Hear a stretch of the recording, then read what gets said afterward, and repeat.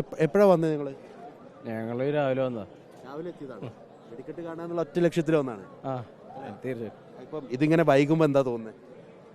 ഒരെണ്ണുള്ളൂന്ന് പറഞ്ഞു കേൾക്കുന്നത്. ഒരെണ്ണുള്ളൂന്ന് പറഞ്ഞു കേൾക്കുന്നത്. ആ ഒരെണ്ണെങ്കിലും കണ്ടിട്ട് എന്തായാലും പോണല്ലോ. ഇത്ര ദൂരത്തുനിന്ന് വന്നതല്ലേ. എവിടുന്നാ വന്നിരിക്കുന്നത്? നമ്മള് തിരൂര്, മലപ്പുറത്ത്. അപ്പം ഇപ്പൊ പാറമേക്കാവിന്റെ ആണെങ്കിൽ അതെങ്കിലും കണ്ടിട്ട് പോകുന്നതാണ്.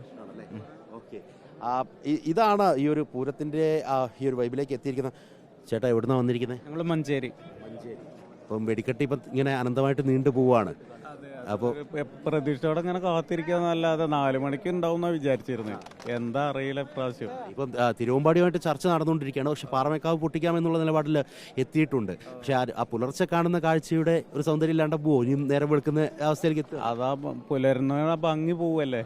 നൈറ്റിലില്ലാതെ നേരം പുലർച്ചയായി കഴിഞ്ഞാലേ അതെ അതെ, നിരവധിയായ കുടുംബങ്ങളൊക്കെ ഇവിടേക്ക് എത്തിയിട്ടുണ്ട്. ആ കുടുംബങ്ങൾ, അതിൽ സ്ത്രീകളുണ്ട്, കുട്ടികളുണ്ട്.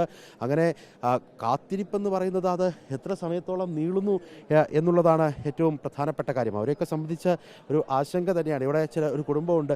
ഫാമിലി ആയിട്ട് ഇറങ്ങിയതാണോ? അതെ അതെ. എവിടുന്നാ വരുന്നത്? ഞങ്ങൾ പെരിഞ്ചേരി. എത്ര മണിക്ക് എത്തി?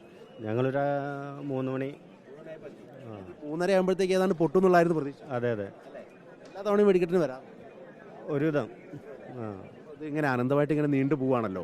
എന്താ ഇപ്പോൾ മനസ്സിൽ തോന്നുന്നത്? ഫാമിലിയാണോ? അതെ അതെ, ഫാമിലിയാണ്. ഇതിപ്പോൾ ഇരുവിഭാഗക്കാരും തമ്മിലുള്ള പ്രശ്നങ്ങളും അല്ലെങ്കിൽ കാണികൾക്ക്, പൂരപ്രേമികൾക്ക് കാണാൻ അവസരങ്ങൾ കുറവായതുകൊണ്ടുള്ള പ്രശ്നങ്ങളാണ്. ഇത് എത്രയും പെട്ടെന്ന് പരിഹരിച്ച് വെടിക്കെട്ട് പടക്കം പൊട്ടുക എന്നുള്ളതാണ് നമ്മുടെ ആവശ്യം. അതെ. നീ വെടിക്കെട്ട് കണ്ടിട്ടുണ്ട് ഇതിന് മുന്നേ?